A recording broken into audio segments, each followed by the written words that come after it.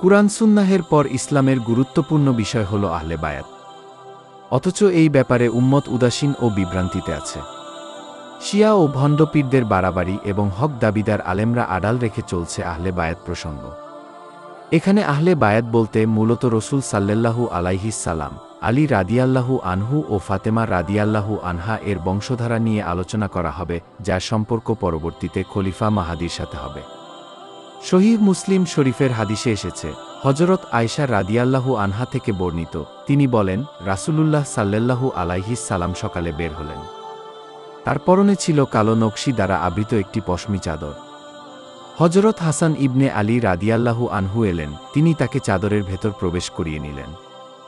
হজরত হোসাইন ইবনে আলী রাদিয়াল্লাহু আনহু এলেন, তিনিও চাদরের অভ্যন্তরে ঢুকে পড়লেন। হজরত ফাতিমা রাদিয়াল্লাহু আনহা এলেন, তাকেও ভেতরে ঢুকিয়ে ফেললেন। তারপর হজরত আলী রাদিয়াল্লাহু আনহু এলেন, তাকেও ভেতরে ঢুকিয়ে নিলেন। তারপর সূরা আহজাবের ৩৩ নম্বর আয়াত পাঠ করলেন ও বললেন, হে আহলে বাইত, আল্লাহ তাআলা তোমাদের থেকে অপবিত্রতাকে দূর করে তোমাদের পবিত্র করতে চান। হাদিসে আরও আছে, নিশ্চয়ই আমি তোমাদের মাঝে দুটি ভারী মূল্যবান জিনিস আমানত হিসেবে রেখে যাচ্ছি। যদি তা শক্তভাবে আঁকড়ে ধরো তবে কখনোই পথভ্রষ্ট হবে না। সেগুলো একটি অপরটির উপর প্রাধান্য রাখে। সেগুলো হচ্ছে আল্লাহর কিতাব, যা আসমান হতে জমিন পর্যন্ত প্রসারিত রহমতের ঝুলন্ত রশির ন্যায়, এবং অপরটি হল আমার বংশধর, আমার আহলে বায়াত। এরা হাউজে কাউসারে আমার সঙ্গে মিলিত না হওয়া পর্যন্ত কখনো একে অপর হতে আলাদা হবে না। অতএব তোমরা লক্ষ্য রেখো যে আমার ছেড়ে যাওয়া আমানতের সঙ্গে কিরূপ আচরণ করো। সুনানে তিরমিজি ৫ নং খণ্ড, পৃষ্ঠা ৬৬৩। ইবনে আদি আল ইকবলিল গ্রন্থে হজরত আবু সাঈদ খুদরি রাদিয়াল্লাহু তাআলা আনহু থেকে বর্ণনা করেন, তিনি হজরত আবু সাঈদ খুদরি রাদিয়াল্লাহু তাআলা আনহু বলেন, রাসূলুল্লাহ সাল্লাল্লাহু আলাইহি ওয়াসাল্লাম ইরশাদ করেছেন, যে ব্যক্তি আমাদের আহলে বাইতকে ঘৃণা করে সে মুনাফিক। মুসনাদে আহমদ। এই হাদিসগুলো বর্ণনা করে শিয়ারা আয়েশা রাদিয়াল্লাহু আনহা সহ বহু সাহাবীকে কাফের বলে আখ্যায়িত করে। অথচ আহলে বায়াতকে প্রকৃত সাহাবীরা কেউ ঘৃণা করত না, বরং ভালোবাসত। জঙ্গে জামাল সংঘটিত হয় মুনাফেকদের ষড়যন্ত্র, কুরআন ও সুন্নাহ অনুযায়ী একতেলাফি সিদ্ধান্তের কারণে। আয়েশা রাদিয়াল্লাহু আনহা সহ সাহাবীরা ভেবেছিলেন উসমান রাদিয়াল্লাহু আনহু এর হত্যাকারীরা আলী রাদিয়াল্লাহু আনহু এর দলে, তার কারণে তারা আশ্রয় পাচ্ছে। তাই তারা কুরআনের আয়াতের অনুসরণ করেন। আর মুমিনদের দুদল দ্বন্দ্বে লিপ্ত হলে তোমরা তাদের মধ্যে মীমাংসা করে দাও, অতঃপর তাদের একদল অন্য দলের বিরুদ্ধে বাড়াবাড়ি করলে, যারা বাড়াবাড়ি করে তাদের বিরুদ্ধে তোমরা যুদ্ধ কর, যতক্ষণ না তারা আল্লাহর নির্দেশের দিকে ফিরে আসে। তারপর যদি তারা ফিরে আসে তবে তাদের মধ্যে ইনসাফের সাথে আপোষ মীমাংসা করে দাও এবং ন্যায় বিচার কর। নিশ্চয় আল্লাহ ন্যায় বিচারকদেরকে ভালোবাসেননি। সূরা হুজুরাত আয়াত ৯। তাই আলী রাদিয়াল্লাহু আনহু, আয়েশা রাদিয়াল্লাহু আনহা সহ সাহাবীরা প্রথমে আলোচনা ও সন্ধি করতে চেয়েছিলেন। পরবর্তীতে মুনাফেকদের ষড়যন্ত্রে তা যুদ্ধে পরিণত হয়। কারণ সাহাবীরা জানতেন প্রথমে কুরআন, এরপর সুন্নাহ, এরপর আহলে বায়াতকে মানতে হবে।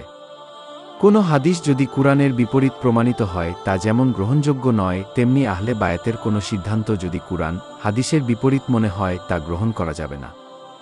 জঙ্গে জামাল উম্মতকে এই শিক্ষা দেয়। আর পরবর্তী ঘটনাচক্রে হাদিসগুলো একে একে প্রমাণ করে আলী রাদিয়াল্লাহু আনহু হকের পথে ছিলেন। ফলে জুবায়ের রাদিয়াল্লাহু আনহু যুদ্ধ ত্যাগ করে শহীদ হন এবং আয়েশা রাদিয়াল্লাহু আনহা জঙ্গে জামালে তার ভূমিকার জন্য আফসোস করেন। নবী ও রসুলদের পর সবচেয়ে শ্রেষ্ঠ ব্যক্তি হলেন আবু বকর রাদিয়াল্লাহু আনহু। অথচ খেলাফতকালে আবু বকর রাদিয়াল্লাহু আনহু এর কিছু সিদ্ধান্তে উমর রাদিয়াল্লাহু আনহু ভিন্নমত পোষণ করেন। পরে আবু বকর রাদিয়াল্লাহু আনহু, উমর রাদিয়াল্লাহু আনহু এর সিদ্ধান্তকে সঠিক ভেবে মেনে নেন। উমর রাদিয়াল্লাহু আনহু অনেক সময় আলী রাদিয়াল্লাহু আনহু এর মতকে মেনে নিতেন।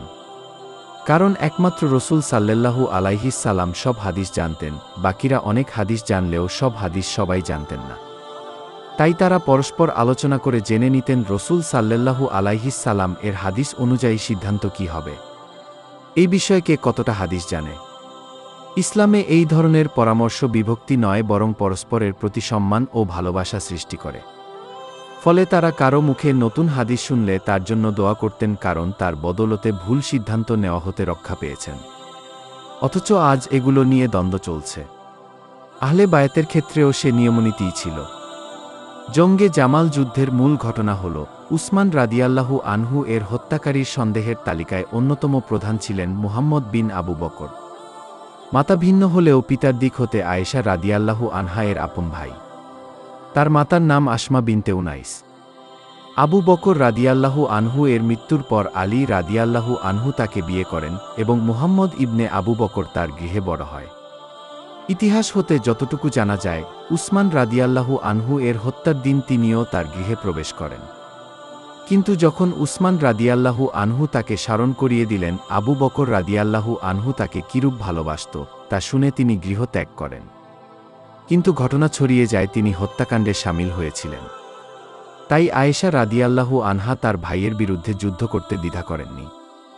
পক্ষান্তরে মুহাম্মদ বিন আবু বকর ছিলেন আলী রাদিয়াল্লাহু আনহু এর অন্যতম সেনাপতি। তারা জানতেন আলী রাদিয়াল্লাহু আনহু হকের পথে।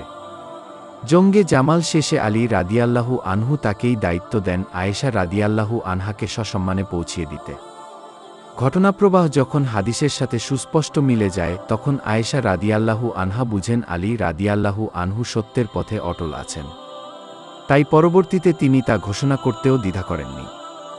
এটাই ইসলামের শিক্ষা, শত্রুতা ও ভালোবাসা শুধু ইসলামের জন্য।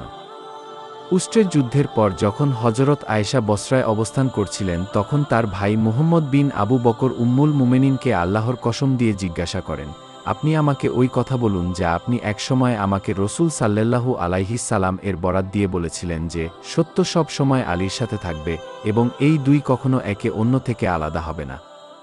হজরত আয়েশা বলেন, ইহা অবশ্যই সত্যি কথা।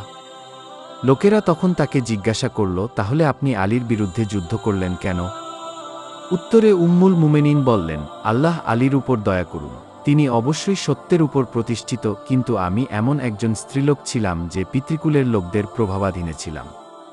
হজরত আলীর মাহাত্ম্য সম্পর্কে সাদ ইবনে আবি ওয়াক্কাস রাদিয়াল্লাহু আনহু এই হাদিস বর্ণনা করলে মুয়াবিয়া এই হাদিসের সত্যতা চ্যালেঞ্জ করেন এবং তাকে উম্মুল মুমিনিন হজরত সালমা রাদিয়াল্লাহু আনহা এর নিকট ইহার সত্যতা সম্পর্কে জিজ্ঞাসা করলে হজরত সালমাও হজরত আলীর সত্যের পথে অধিষ্ঠিত থাকার ব্যাপারে বর্ণিত হাদিসটি অবশ্যই সত্য বলে প্রত্যয়ন করেন। বেশিরভাগ আলেম সমাজ ইতিহাস হতে জঙ্গে জামাল আলোচনা করতে গিয়ে এমন একটা ধারণা দেয় যে এগুলো আলোচনা করলে ফিতনা ছড়াবে। অথচ রাসূলুল্লাহ সাল্লাল্লাহু আলাইহিস সালাম এর হাদিস উম্মতকে ফিতনা মোকাবেলার পথ দেখায়, এটাই মুসলিমদের আকীদা। শিয়ারা আবু বকর সহ অনেকে কাফের বলে। অথচ আবু বকরের ছেলে মুহাম্মদ বিন আবু বকর, তার ছেলে কাসিম এবং কাসিমের মেয়ে ফাতেমা, যিনি ছিলেন শিয়াদের সবচেয়ে বড় ইমাম জাফর সাদিকের মা। এই হতে বোঝা যায় প্রথম দিকে শিয়ারা আবু বকর উমর এর প্রতি ভালোবাসা ও সম্মান প্রদর্শন করত। আজ আহলে বায়াতের ভালোবাসার নামে একদল শিরক ছড়াচ্ছে, আর শিয়ারা অনেকে, বিশেষ করে বনু কালবের বাশারের সৈন্যরা ইরাক, সিরিয়ায় প্রকৃত আহলে বায়াতকে হত্যা করছে। আর একদল আলেম মুখে আহলে বায়াতকে ভালোবাসে দাবি করে, অথচ আহলে বায়াতের সুন্নাহ বাদ দিয়ে মনগড়া ওয়াজ করে। অথচ জঙ্গে জামাল ও জুবাইর রাদিয়াল্লাহু আনহু এর জীবন হতে শিক্ষা হল, যখন হাদিসের নির্দেশ মিলে যাবে, মিডিয়া, লোকচক্ষু, প্রচারণা বাদ দিয়ে হাদিসের অনুসরণ করা উচিত। অবাক করা ব্যাপার হল, ইমাম মাহাদি হাফিজাহুল্লাহ এর সাথে প্রথম যার যুদ্ধ হবে সে সুফিয়ানি নামে জনপ্রিয় হবে। সে সিরিয়ার ক্ষমতা পাবে ও ইয়াজিদের বংশধর হবে, যার সৈন্যরা বেশিরভাগ বনু কাল গোত্রের, যাদের বর্তমান অবস্থান সিরিয়ার লাটাকিয়ায়। মুসলিম ও আল ফিতানের হাদিস অনুযায়ী সুফিয়ানি বাগদাদ, মসুল, মদিনায় আহলে বায়াত সহ অনেক কোরাইশ ও মুজাহিদদের হত্যা করবে। পরে ইমাম মাহাদি তার বিরুদ্ধে যুদ্ধ করবে। হাদিসে এই যুদ্ধকে কালবের যুদ্ধ বলা হয়েছে।